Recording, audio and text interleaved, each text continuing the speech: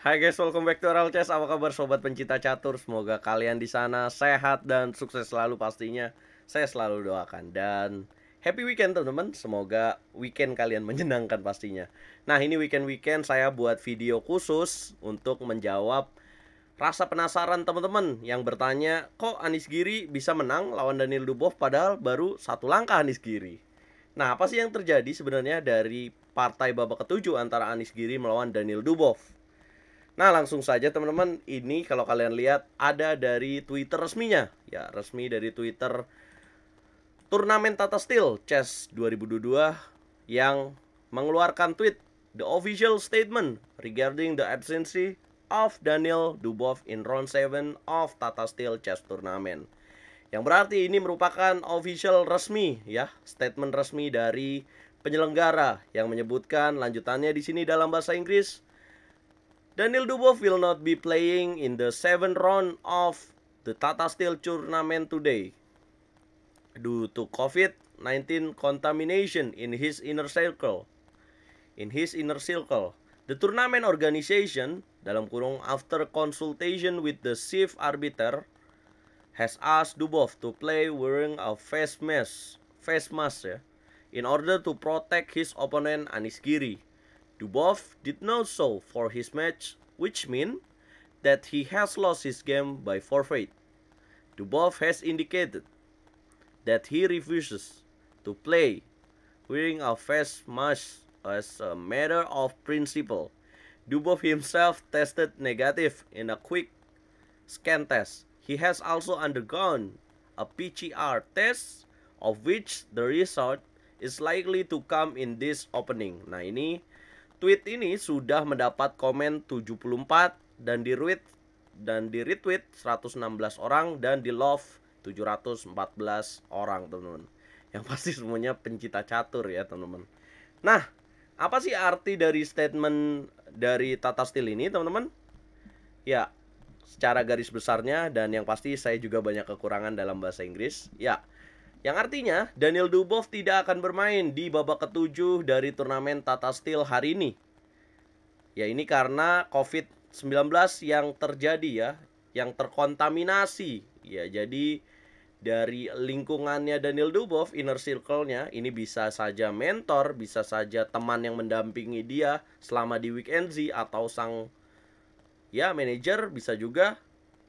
Ya, ini salah satunya dinyatakan positif COVID-19 ya, teman-teman. Nah, kemudian penyelenggara turnamen berkonsultasi sama wasit ketua dari turnamen ini, kemudian menanyakan kepada Daniil Dubov untuk jika ingin bermain ya, dia harus menggunakan masker wajah, teman-teman. Nah, ini untuk menjaga sang lawan, yaitu Anies Giri. Nah, kemudian muncul ya statement berikutnya, Dubov tidak terlihat ya untuk melaksanakan babak ketujuh nih.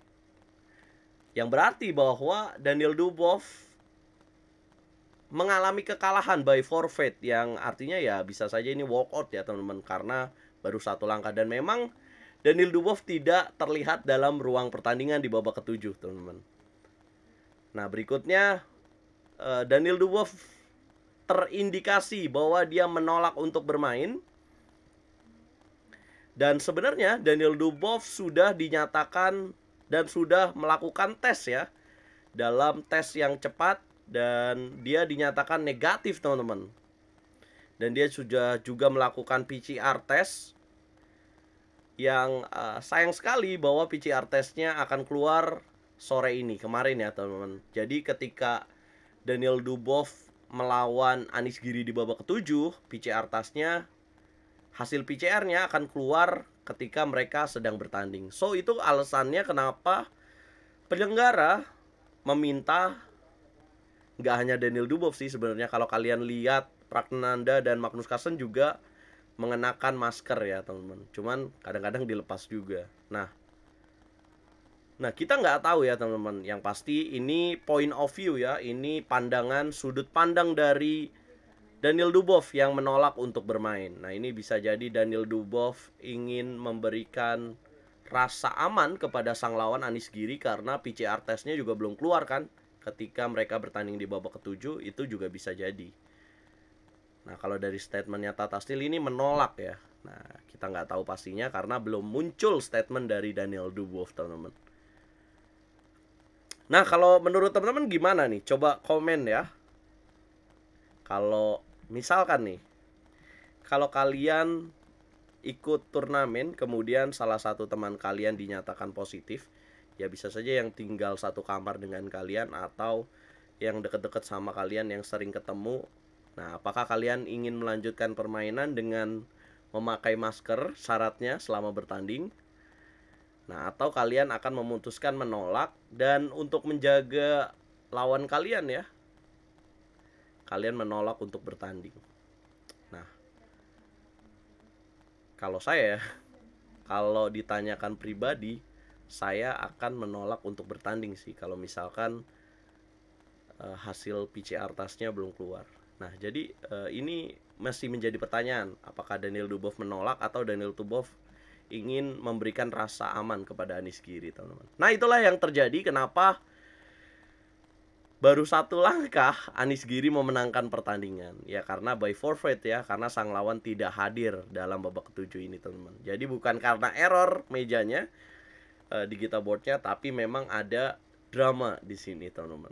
Dan ya, Anies Giri juga setelah pertandingan dan dinyatakan menang, dia langsung nge-tweet ya, langsung berceloteh di akun pribadinya di Twitter.